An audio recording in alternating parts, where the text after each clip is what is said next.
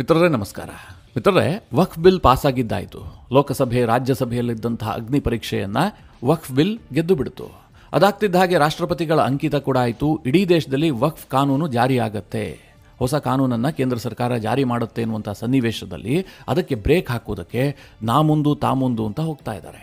ಈಗಾಗಲೇ ಸುಪ್ರೀಂ ಕೋರ್ಟ್ನ ಕದ ತಟ್ಟಿರುವಂತಹ ವಿಪಕ್ಷಗಳು ಸಪರೇಟ್ ಆಗಿ ಒಬ್ಬೊಬ್ಬರೇ ಅರ್ಜಿ ಹಾಕ್ತಾ ಇದ್ದಾರೆ. ಇದುವರೆಗೆ 13 ಅರ್ಜಿಗಳು ಸಲ್ಲಿಕೆಯಾಗಿದ್ದಾವೆ.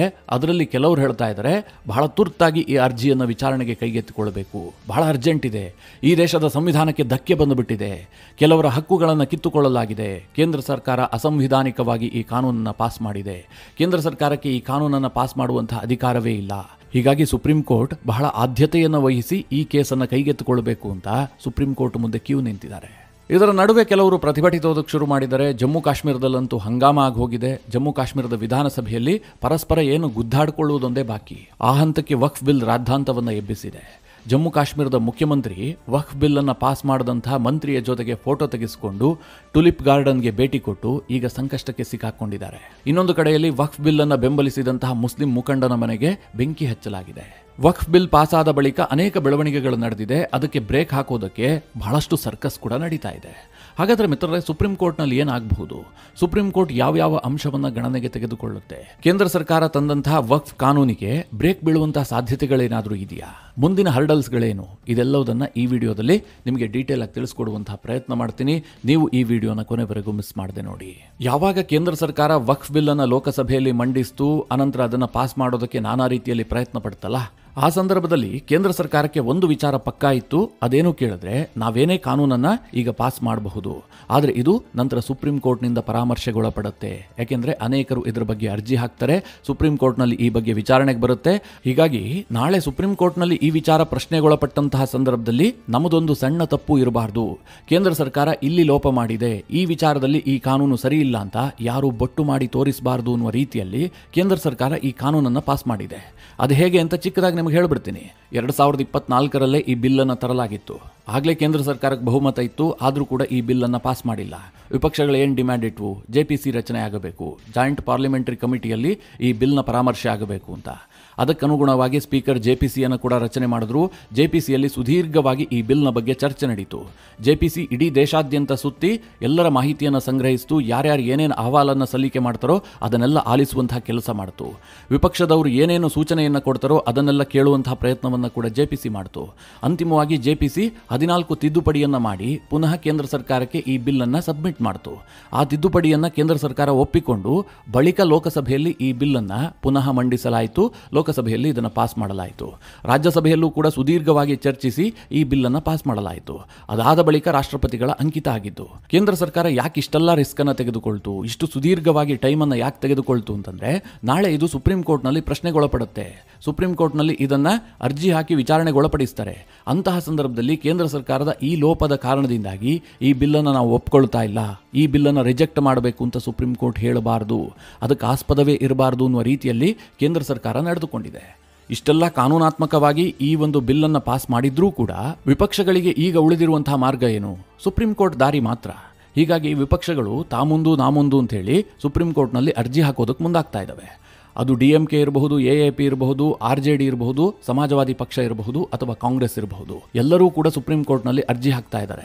ಅಸಾದುದ್ದೀನ್ ಓವೈಸಿಯಿಂದ ಹಿಡಿದು ಅಖಿಲೇಶ್ ಯಾದವ್ ಪಕ್ಷದ ಸಂಸದರವರೆಗೂ ಕೂಡ ಸುಪ್ರೀಂ ಕೋರ್ಟ್ನಲ್ಲಿ ಅರ್ಜಿ ಹಾಕಿ ಇದನ್ನು ಪ್ರಶ್ನೆ ಮಾಡ್ತಾ ಇದ್ದಾರೆ.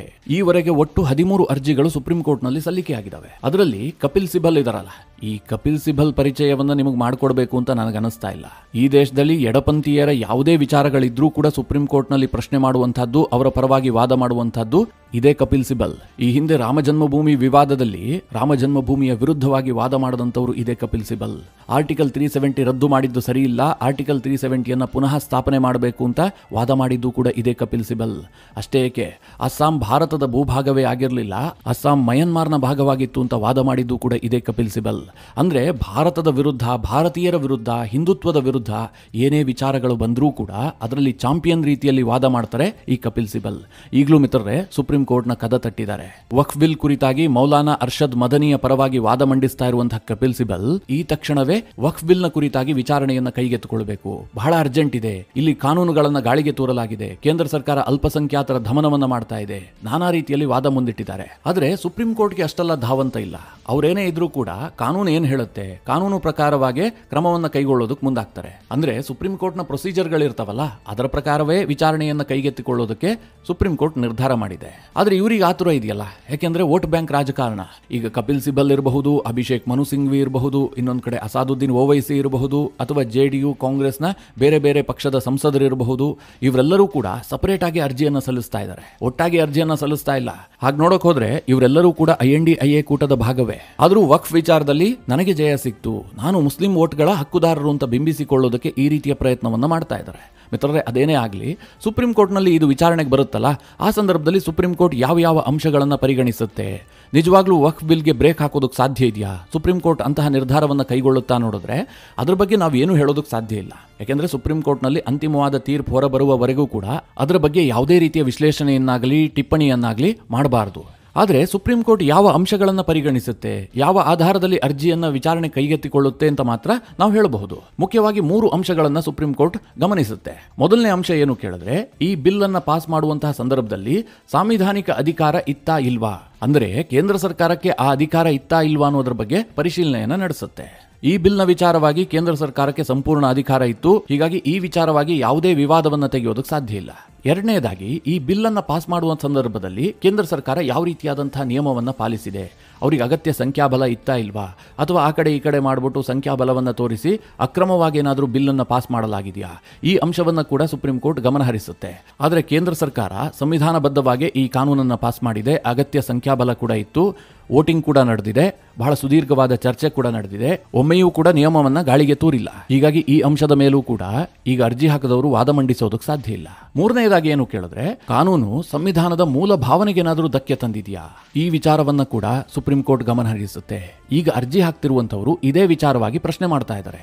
ಅವರು ವಾದ ಏನು ಕೇಳಿದ್ರೆ, ಇಲ್ಲಿ ಮುಸ್ಲಿಮರ ಹಕ್ಕುಗಳನ್ನು ಕಿತ್ತುಕೊಳ್ಳಲಾಗ್ತಾ ಇದೆ, ಸಮಾನತೆಯ ತತ್ವವನ್ನು ಉಲ್ಲಂಘನೆ ಮಾಡಲಾಗಿದೆ, ಹೀಗಾಗಿ ಈ ವಿಚಾರದಲ್ಲಿ ಕೇಂದ್ರ ಸರ್ಕಾರಕ್ಕೆ ಕಾನೂನನ್ನು ತರುವಂತಹ ಹಕ್ಕಿಲ್ಲ, ಈಗ ತಂದಂತಹ ಕಾನೂನು ಸಂವಿಧಾನಕ್ಕೆ ಬಾಹಿರವಾಗಿದೆ, ಹೀಗಂತ ಇವರು ವಾದ ಮಂಡಿಸ್ತಾ ಇದ್ದಾರೆ. ಅದೇ ಹಿನ್ನೆಲೆಯಲ್ಲಿ ಅರ್ಜಿಯನ್ನು ಸಲ್ಲಿಸಿದ್ದಾರೆ. ಇದಕ್ಕೆ ಪ್ರತಿಯಾಗಿ ಸರ್ಕಾರದ ವಾದ ಏನಿದೆ, ಸರ್ಕಾರದ ಬಳಿಯಲ್ಲಿ ಗಟ್ಟಿಯಾದಂತಹ ಯಾವುದಾದ್ರೂ ವಾದ ಇದೆಯಾ ಕೇಳಿದ್ರೆ, ಮೊದಲನೇದಾಗಿ ಸರ್ಕಾರ ಏನು ಹೇಳುತ್ತೆ, ನಾವು ಮಹಿಳೆಯರಿಗೆ ಸಮಾನತೆಯ ಆಧಾರದಲ್ಲಿ ಅವಕಾಶವನ್ನು ಕೊಟ್ಟಿದ್ದೀವಿ, ಈ ಹಿಂದೆ ವಕ್ಫ್ನಲ್ಲಿ ಮಹಿಳೆಯರಿಗೆ ಅವಕಾಶ ಇರಲಿಲ್ಲ, ನಾವು ಸಮಾನತೆಯನ್ನು ತಂದಿದ್ದೀವಿ, ಇವರೇನು ಸಮಾನತೆಯನ್ನು ಉಲ್ಲಂಘಿಸಿದ್ದಾರೆ ಅಂತ ವಾದ ಮಾಡ್ತಾರೆ, ಅದಕ್ಕೆ ಸರ್ಕಾರ ಸಮಾನತೆಯನ್ನು ತಂದಿದ್ದೀವಿ ಅಂತ ಹೇಳುತ್ತೆ. ಎರಡನೇದಾಗಿ, ಕೋರ್ಟ್ನಲ್ಲಿ ಪ್ರಶ್ನಿಸುವಂತಹ ಅಧಿಕಾರ ಈ ದೇಶದಲ್ಲಿರುವಂತಹ ಪ್ರತಿಯೊಬ್ಬ ಪ್ರಜೆಗೂ ಕೂಡ ಇರಬೇಕು, ಆದರೆ ವಕ್ಫ್ನ ವಿಚಾರವಾಗಿ ಆ ಅಧಿಕಾರ ಇರಲಿಲ್ಲ. ವಕ್ಫ್ ಟ್ರಿಬ್ಯುನಲ್ ಕೊಟ್ಟಂತಹ ತೀರ್ಪನ್ನೇ ಒಪ್ಕೊಳ್ಬೇಕಾಗಿತ್ತು, ಅದನ್ನು ಸುಪ್ರೀಂ ಕೋರ್ಟ್ನಲ್ಲೂ ಪ್ರಶ್ನೆ ಮಾಡೋದಕ್ಕೆ ಅಧಿಕಾರ ಇರಲಿಲ್ಲ. ನಾವು ಅಂತಹ ಅಧಿಕಾರವನ್ನು ಕೊಟ್ಟಿದ್ದೀವಿ, ಸಂವಿಧಾನ ಏನ್ ಹೇಳುತ್ತೋ, ಸಂವಿಧಾನದ ಆಶಯ ಏನಿದೆಯೋ ಅದೇ ಪ್ರಕಾರವಾಗಿ ಈ ವಕ್ಫ್ಗೆ ತಿದ್ದುಪಡಿಯನ್ನು ತರಲಾಗಿದೆ, ಈ ಹಿಂದೆ ಇದ್ದಂತಹ ಲೋಪಗಳನ್ನು ನಾವು ಸರಿಪಡಿಸಿದ್ದೀವಿ ಅಂತ ಸರ್ಕಾರ ವಾದ ಮಂಡಿಸುತ್ತೆ. ಅಂತಹ ಸಂದರ್ಭದಲ್ಲಿ ಸುಪ್ರೀಂ ಕೋರ್ಟ್ ವಾದ ಮತ್ತು ಪ್ರತಿವಾದವನ್ನು ಆಲಿಸಿ ಅಂತಿಮವಾದಂತಹ ತೀರ್ಪು ಕೊಡುತ್ತೆ. ಸುಪ್ರೀಂ ಕೋರ್ಟ್ ಏನೇ ತೀರ್ಪು ಕೊಡಬಹುದು, ಅದನ್ನ ನೀವು ಒಪ್ಕೊಳ್ಬಹುದು, ಆದರೆ ಈ ವಕ್ಫ್ನ ವಿಚಾರವಾಗಿ ಆ ಸಮುದಾಯ ಒಪ್ಕೊಳ್ಳುತ್ತಾ ಅನ್ನುವಂಥದ್ದು ಸದ್ಯಕ್ಕಿರುವಂತಹ ಪ್ರಶ್ನೆ. ಕೆಲವರು ಈಗಲೇ ಹೇಳೋದಕ್ಕೆ ಶುರು ಮಾಡಿದ್ದಾರೆ, ಸುಪ್ರೀಂ ಕೋರ್ಟ್ನಲ್ಲಿ ಪ್ರಶ್ನೆ ಮಾಡುವಂತಹದ್ದು ನಮ್ಮ ಅಧಿಕಾರ, ಅದೇ ರೀತಿಯಾಗಿ ಸುಪ್ರೀಂ ಕೋರ್ಟ್ ಕೊಟ್ಟಂತಹ ತೀರ್ಪನ್ನ ಒಪ್ಕೊಳ್ಬೇಕೋ ಬಿಡಬೇಕು ಅನ್ನೋದು ಕೂಡ ನಮ್ಮ ಅಧಿಕಾರ ಅಂತ.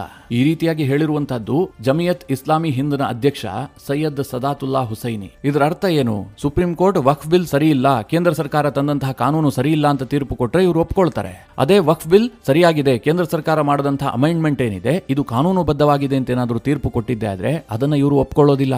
ಅದನ್ನು ಈಗಲೇ ಹೇಳ್ತಾ ಇದ್ದಾರೆ, ಸುಪ್ರೀಂ ಕೋರ್ಟ್ ನಲ್ಲಿ ಪ್ರಶ್ನೆ ಮಾಡುವಂತಹ ಸಂದರ್ಭದಲ್ಲೇ ಹೇಳ್ತಾ ಇದ್ದಾರೆ. ಇನ್ನೊಂದು ಕಡೆ ವಕ್ಫ್ ವಿರುದ್ಧವಾಗಿ ದೇಶಾದ್ಯಂತ ಪ್ರತಿಭಟನೆಗಳು ಆರಂಭಗೊಂಡಿದೆ.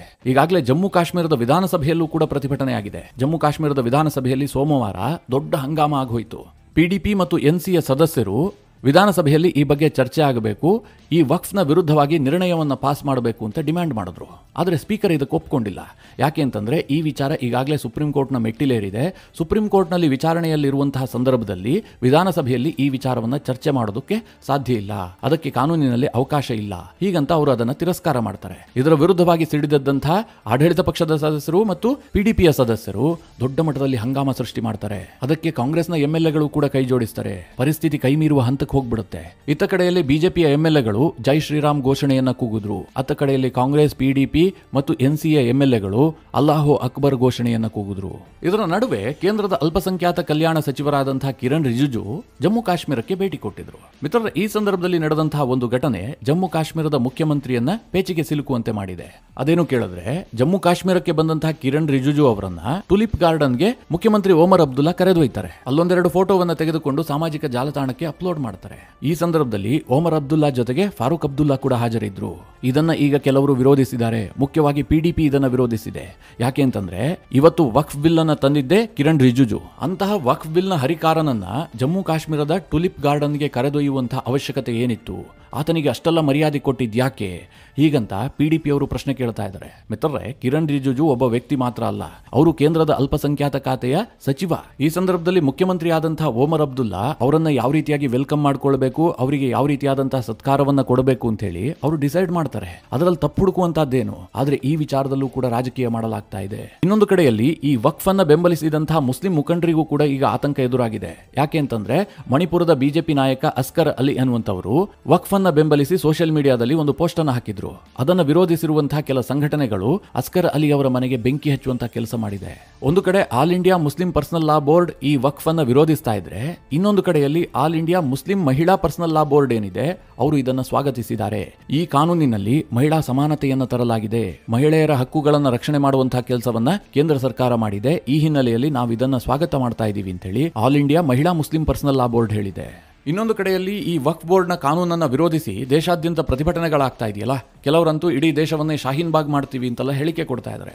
ಈ ಸಂದರ್ಭದಲ್ಲಿ ಜಮಿಯತ್ ಉಲೇಮಾ ಹಿಂದ್ ಮಾತ್ರ ಆಶ್ಚರ್ಯಕರ ನಿರ್ಧಾರವನ್ನು ಕೈಗೊಂಡಿದೆ. ಅದರ ಅಧ್ಯಕ್ಷರಾಗಿರುವಂತಹ ಮೌಲಾನಾ ಅರ್ಷದ್ ಮದನಿ ಹೇಳಿದ್ದಾರೆ, ನಾವೇನೇ ಇದ್ರೂ ಕೂಡ ಕೋರ್ಟ್ನಲ್ಲಿ ಬಡಿದಾಡ್ತೀವಿ, ಕೋರ್ಟ್ನಲ್ಲಿ ಅರ್ಜಿ ಹಾಕಿ ನ್ಯಾಯ ಕೇಳ್ತೀವಿ, ಬೀದಿಗಿಳಿಯೋದ್ರಿಂದ ನಮಗೆ ನ್ಯಾಯ ಸಿಗೋದಿಲ್ಲ ಅಂತ ಒಂದು ಸ್ಟೇಟ್ಮೆಂಟ್ ಕೊಟ್ಟಿದ್ದಾರೆ. ಮದನಿಯ ಈ ನಿರ್ಧಾರ ಬಹಳ ಆಶ್ಚರ್ಯವನ್ನು ಹುಟ್ಟಿಸಿದೆ. ಒಟ್ಟಿನಲ್ಲಿ ಮಿತ್ರರೇ, ವಕ್ಫ್ ಬಿಲ್ ಅನ್ನು ತಡೆಯೋದಕ್ಕೆ ಎಲ್ಲಾ ರೀತಿಯ ಪ್ರಯತ್ನಗಳು ಕೂಡ ಆರಂಭಗೊಂಡಿದೆ. ಮುಂದೆ ಕೋರ್ಟ್ನಲ್ಲಿ ಏನಾಗುತ್ತೆ? ಸುಪ್ರೀಂ ಕೋರ್ಟ್ ಕೇಂದ್ರ ಸರ್ಕಾರದ ಪರವಾಗಿ ತೀರ್ಪು ಕೊಡುತ್ತಾ ಅಥವಾ ವಿಪಕ್ಷಗಳ ವಾದ ಸರಿ ಇದೆ ಅಂತ ಹೇಳಿ ತೀರ್ಪು ಕೊಡುತ್ತಾ?